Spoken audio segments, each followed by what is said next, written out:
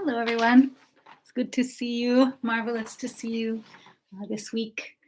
Uh, I have been thinking about simplicity and I've been thinking about now how we get so tangled up in tomorrow and how we get so tangled up in yesterday and really aren't paying attention to what's actually happening now. And so there's so much good, so many great things that are happening right now, like this moment right now is so good.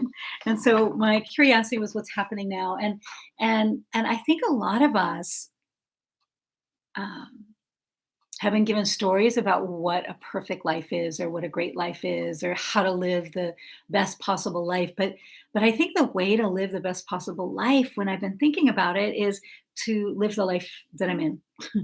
So how can I live in the place where I am residing now?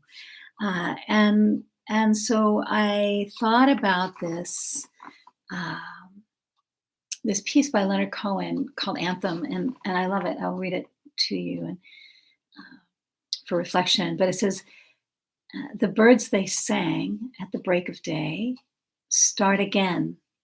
I heard them say, don't dwell on what has passed away or what is yet to be. All the wars they will be fought again. Ah, the wars they will be fought again. The holy dove, she will be caught again, bought and sold and bought again. The dove is never free. Ring the bells that still can ring. Forget your perfect offering. There is a crack in everything. That's how the light gets in. We asked for signs. The signs were sent. The birth betrayed, the marriage spent. Yea, the widowhood of every government, signs for all to see. I can't run no more with that lawless crowd, while the killers in high places say their prayers out loud. But they've summoned up a thundercloud, and they're going to hear from me. Ring the bells that still can ring. And forget your perfect offering. There's a crack in everything. That's how the light gets in.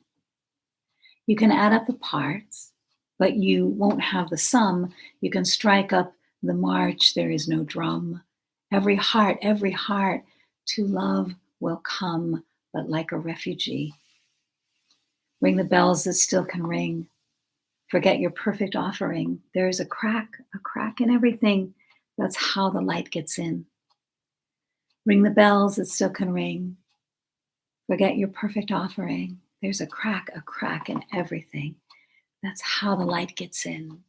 That's how the light gets in. That's how the light gets in. That's how the light gets in. And so I think that we all have this idea of like this perfect offering, or what would that be for us or for me, or with my own cultural background and my own historical background, and not hysterical, hopefully, but historical background, that we can, uh, whatever our background is, that we can come to a place where we can live from that place of, oh, this is what I get. This is what I get. I get today, and this is what I get, and what a gift this is. This is what I get, and what a gift. This is what I get, and what a gift. This is what I get, and what a gift. And so, what is happening now? What is good? What is good in my life? What are the blessings in my life? What are the things that are not maybe so good and that I need to change? And the recognition that we may change it in a month, we may change it in a year, we may change it, but change is a process. It's not, it's like this is a process, and the best way to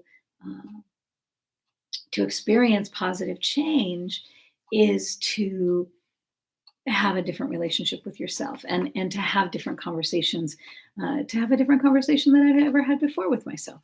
And so what is happening now? What is good? And then I also always kind of wonder, like, oh, where am I now? Like, where am I now? Oh, I'm in an apartment in Seattle. I am, in a room that has books and that has a floor and that has, right? Uh, I can oh, there's shelves. It looks like there's things on the shelves. Uh, there's a neighbor upstairs. There's a neighbor downstairs. Like the facts, like if I can like simplify things down to the facts, then I start to shift my perspective, and that can help to shift me out of looking at something that's going to happen someday or one day, or some future tripping thing that I'm doing. And it also prevents me from going into history and ruminating.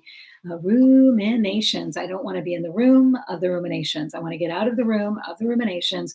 I want to be in the room of the gratifications. And the gratifications are the things that are happening right now, like, oh, I had a good meal. What was that meal? Oh, I had this morning I had a smoothie bowl, and I love smoothie bowls. So I'm very grateful and feeling really gratified about that. But what are the gratifications and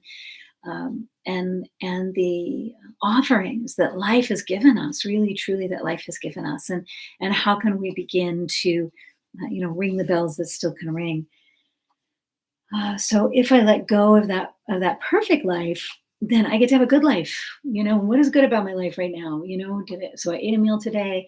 I slept well. I arrived safely home. What a gift to arrive safely home. What a gift to be back in life. What a gift to be looking at the colors of fall and the leaves and the colors of fall. And so, it's interesting to think about how the illusion that these other lives are great and my life isn't great. It's just not true that all lives are made up of all of life. And so if we can begin to recognize how all of life is made up of all of life, and that we can love the life we've been given, like it's the one that we keep signing up for. So if I'm in a life that I don't want to be in, how come I signed up for that? Right? Or what or who am I colluding with? Like what life, whose life am I colluding with? And who's living my life if I'm not living it? So just looking at what kind of life do I really want to be living? How can I, move in that direction? But where am I now? And what can I extend into the life that I'm living now, to let life know that I'm grateful to be a part of it, that I'm honored and privileged and grateful to be a part of it, and that life has somehow, deigned to see us as worthy of interaction, and of continuing this splendid and difficult, beautiful and terrifying journey called life. And then, death is a part of life, and we're in the I think this is the fourth day. Is it the third, November 3rd? I think it's November 3rd. Probably, could be November 3rd. And if it's November 3rd, we're still in those days, those first days of November. And so we're honoring those ancestors. We're honoring those who came before us. We're thanking them for our lives. We're extending gratitude by giving gifts to them, and honoring those ancestors, those who came before us. And we all have ancestors, so it's kind of a good idea for us all to honor them and recognize them. So what's happening now? What is happening now? What is good? What can we say thank you to our ancestors for? And now we're going into the fall, and we're deepening, we're going deeper, and we're honoring and respecting that we've been given life, and how can we make it a good life? How can we extend our lives into the lives of others in a way that makes it good, connect with what is meaningful, and make a good life for everyone, create a good life for everyone today. Who knows what tomorrow will bring, but today it's good to be alive, and we can make a good life together. So how can I do that? And how can I accept that, hey, there's a crack in everything. Nothing is perfect. We are all human and meant to be that way. So that's how the light gets in, is through our humanity towards ourselves and toward one another. I hope you have a really great week. And next week I'm going to have Dr. Daria with me, and she's amazing, and she will be with us. And she is a marvelous, precious friend and being in my life, and she is also doing so much work in the BIPOC community as a BIPOC person for many, many, many, many decades. Well, many, many, many, many, many. I don't know how many it is, but it's many. And she will be with us, and she'll be talking about what healing looks like for us in this time, and through her lens of healing as a healer and as a poet, and as someone who is a physician of these times, and is preparing all of us for these times.